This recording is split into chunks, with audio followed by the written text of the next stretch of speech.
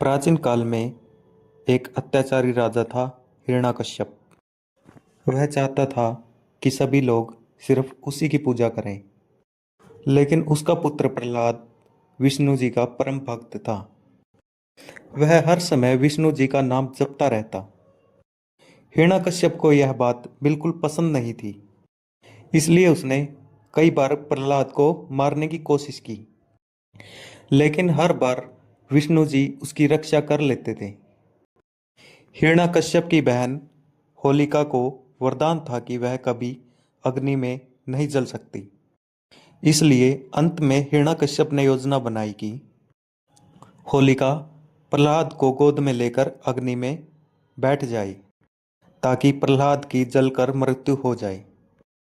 लेकिन जब होलिका प्रहलाद को लेकर अग्नि में बैठी, तो भगवान की कृपा से प्रहलाद सुरक्षित रहे और होलिका जल गई, क्योंकि उसका वरदान केवल तब तक प्रभावी था जब तक कि वह आग में अकेली प्रवेश करती। इसलिए होलिका उसी समय जलकर दहन हो गई। इस तरह हमें होलिका दहन सिखाता है कि अहंकार और बुराई का अंत निश्चित है और सच्ची भक्ति और अच्छाई की हमेशा जीत होती है। इसी घटना की स्मृति में होली से एक दिन पहले होलिका दहन किया जाता है।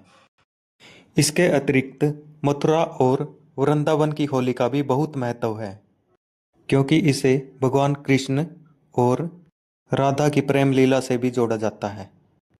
मान्यता है कि कृष्ण जी वृंदावन में गोपियों के साथ रंग गुलाल की होली खेलते थे।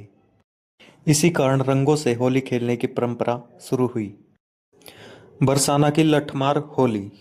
बरसाना, जो कि राधा जी की नगरी है, उसके अंदर लठमार होली खेली जाती है, जिसमें महिलाएं प्रतीकात्मक रूप से पुरुषों पर लाठी चलाती है।